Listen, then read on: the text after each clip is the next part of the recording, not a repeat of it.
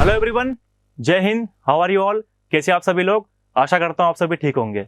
इंसान अपना भविष्य ग्रह नक्षत्रों में ढूंढता है और अपना अतीत जमीन के नीचे। भविष्य संभावनाओं के ऊपर टिका होता है, जबकि अतीत अवशेषों के ऊपर। इतिहास के पन्नों में सैकड़ों राज दफन हैं। पुरातात्विक खोजों के द्वारा हम उन राजों तक पहुंचने की कोशिश करते हैं। आज हम इतिहास के उन सैकड़ों पन्नों में दफन उन अनगिनत राजों में से एक राज, जिसके ऊपर जमी हुई धूल की परत को हटाने का काम करने वाले हैं। आज हम बात करने वाले हैं इतिहास की उस दुनिया के बारे में जो हमारे पूर्वजों, जो हमारे अतीत के साथ जुड़ी हुई है। मैं आशुतोष गंगराड़े कौटिल्य एकेडमी के इस ऑनलाइन प्लेटफॉर्म पे आप सभी के साथ रूबरू हूँ इतिहास की दुनिया में। आज हम बात करने वाले हैं इस देश में हुई सबसे बड़ी खोज को लेकर, हमारी प्राचीन सभ्यता की खोज।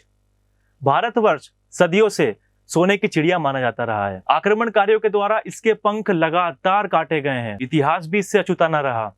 इसे दबाया गया, बदला गया और यह कहा जाने लगा कि इस देश की सभ्यता उन आक्रमणकारियों से प्रभावित है या फिर उन्हीं की देन है। हमारा प्रयास वर्तमान की चढ़ाई हुई उन चादरों को हटाकर इतिहास को देखने और समझने का है।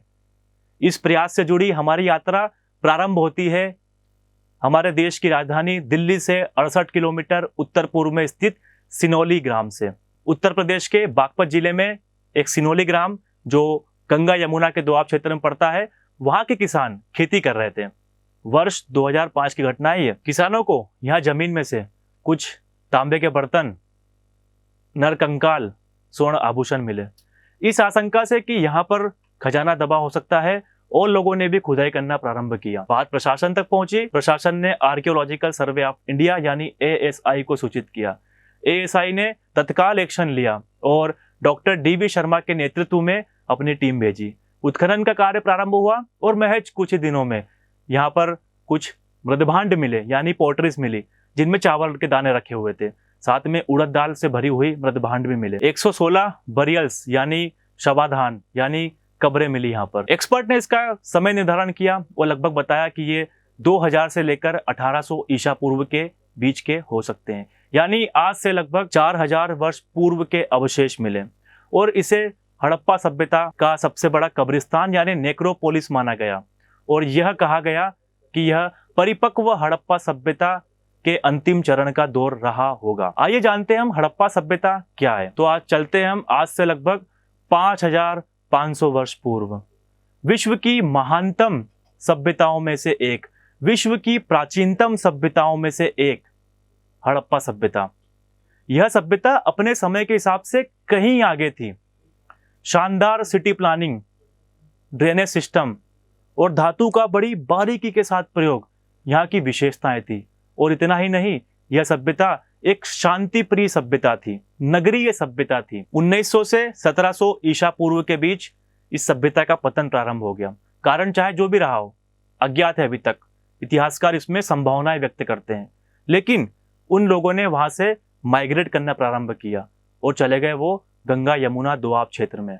हमें अभी तक यही बताया गया। एक शांति प्रिय सभ्यता के वासी अचानक से योद्धा वर्ग में कैसे बदल गए, अचानक से योद्धा सभ्यता में कैसे परिवर्तित हो गए।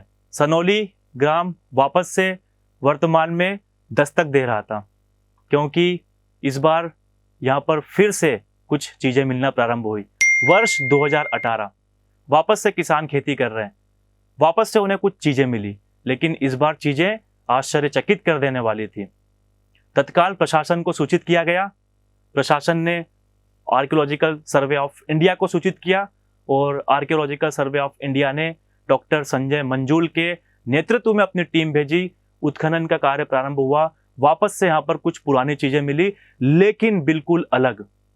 इस बार आश्चर्यचकित कर देने वाली चीजें मिली थी यहाँ पर।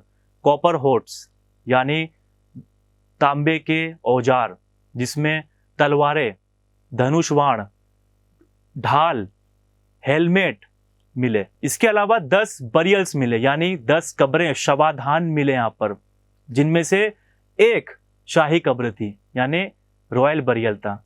और 3 कब्रों में महिलाओं के कंकाल मिले। उनके पास में तलवारें मिली, अर्थात वे महिलाएं योद्धा महिलाएं थी। पुरुषों की तरह वे योद्धा वर्ग की थी। लेकिन एक आश्चर्यचकित बात है कि उनके पैर एंकल के नीचे से कटे हुए थे। कारण अभी तक अज्ञात है, शायद भविष्य में ज्ञात हो। 2 बरियल्स में यानी 2 कब्रों में हमें 3 ऐसी चीजें मिली जो हमारे स्वर्णिम इतिहास और हमारे पूर्वजों की कलात्मक रचना है, हमारे अतीत की शौर्य गाथाओं का वर्णन है। रथ, जी हाँ, आपने बिल्कुल सही सुना, चैरियट यानी रथ मिले यहाँ पर। डियर स्टूडेंट, अगर आप हमारे इस कोर्स का पूरा एक्सेस चाहते हैं तो आप हमारी इस एक्सपर्ट फैकल्टी टीम के साथ लाइव एवं रिकॉर्डेड क्लासेस से जुड़ सकते हैं, जिसमें आपको MPPSC प्री का पूरा सिलेबस नए पैटर्न के आधार पर कवर कराया जाएगा। हिंदी और अंग्रेजी माध्यम के लिए अलग अलग बैच मिलेंगे। यही एक्सपर्ट फैकल्टी टीम आपको आपके लक्ष्य तक पहुंचने में मदद करेगी। इन क्लासेस को ज्वाइन करने के लिए डाउनलोड करें हमारी एंड्रॉइड एप्लीकेशन या विजिट करें हमारी वेबसाइट www.kautilyaacademy.in। कॉल करें इन नंबर्स पर 9110109991 6232798880। अभी तक भारत में कितने ही स्थलों पर खुदाई हुई है, लेकिन वहां पर अभी तक हमें रथ प्राप्त नहीं हुए। सिनोली गांव ऐसा पहला स्थल है जहां से रथ मिले हैं, और ये रथ अपने समय से काफी उन्नत थे। हालांकि विश्व की अन्य सभ्यताओं जैसे सुमेरियन सभ्यता, मेसोपोटामिया सभ्यता, यहाँ पर भी हमें रथ मिले हैं, लेकिन यहाँ के रथ काफी उन्नत अवस्था में थे, एडवांस्ड टेक्निक से बने हुए थे।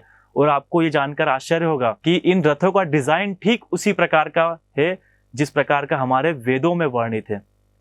तो कहां से आए थे ये लोग, कहां चले गए अचानक, कैसे इन्होंने एक नई सभ्यता बनाई? क्या जैसा एक्सपर्ट्स ने कहा कि ये क्या सिंधु सरस्वती सभ्यता या हड़प्पा सभ्यता का विस्तार मात्र है? तो सिंधु सरस्वती सभ्यता या हड़प्पा सभ्यता एक शांतिप्रिय सभ्यता थी, जबकि यहाँ पर तो एक योद्धा वर्ग हमको देखने को मिल रहा है। तो अचानक इतना परिवर्तन कैसे? अगर देखा जाए, शवाधान की प्रक्रिया बिल्कुल अलग। यहाँ पर हमको कॉफिन्स यानी ताबूत के नीचे 4 पैर जिनके ऊपर तांबे की कोटिंग की हुई है, साथ में मृदभांड OCP यानी ओकर कलर्ड पोटरी बिल्कुल अलग मिले हैं। शवाधान के पास में अंडरग्राउंड चेंबर और उन कॉफिन्स या कब्र के ऊपर, ताबूत के ऊपर 8 एंथ्रोपोमॉर्फिक फिगर यानी ह्यूमन लाइक फिगर मिले हैं, जो कि हमको हड़प्पा सभ्यता में कहीं भी देखने को नहीं मिलते हैं। जो हड़प्पा सभ्यता से इन्हें अलग करते हैं, लेकिन समान करते हैं वैदिक सभ्यता से, क्योंकि वेदों में जो अंत्येष्टि की प्रक्रिया, वेदों में जो शवाधान की प्रक्रिया वर्णित है, ठीक इसी प्रकार की प्रक्रिया हमको यहाँ पर देखने को मिल रही है। यहाँ पर मिले OCP यानी ओकर कलर्ड पोटरी गंगा यमुना दोआब के क्षेत्र में हमें काफी मात्रा में मिले हैं। सिंधु सभ्यता में मिले हमें, लेकिन काफी कम मात्रा में। यही बात कॉपर होर्ड्स के बारे में लागू होती है। DNA जांच रिपोर्ट से यहाँ पर घोड़े के अवशेषों की पुष्टि हुई है, लेकिन अभी तक ऐसा माना जा रहा था कि घोड़े आर्यंस लेके आए, आर्यों के द्वारा घोड़े लाए गए थे भारत में। आपने सुना होगा आर्यंस इन्वेजन थ्योरी, आर्यों का आक्रमण सिद्धांत, हमें अभी तक यही पढ़ाया गया, जो लगभग 1500 ईसा पूर्व के आसपास हुआ था, लेकिन ये घटना लगभग 2000 ईसा पूर्व के आसपास की मिल रही है। तो क्या घोड़े आर्यंस लेके आए थे या भारत में पहले से मौजूद थे? कई सवालों के जवाब सुलझाने में एक्सपर्ट्स ने अपने स्तर पर हमारी बहुत मदद की, लेकिन असली जंग तो अब शुरू होती है जब अवशेष हमारे सामने हैं और हमारे चारों तरफ उम्मीदों और सवालों से भरे चेहरे।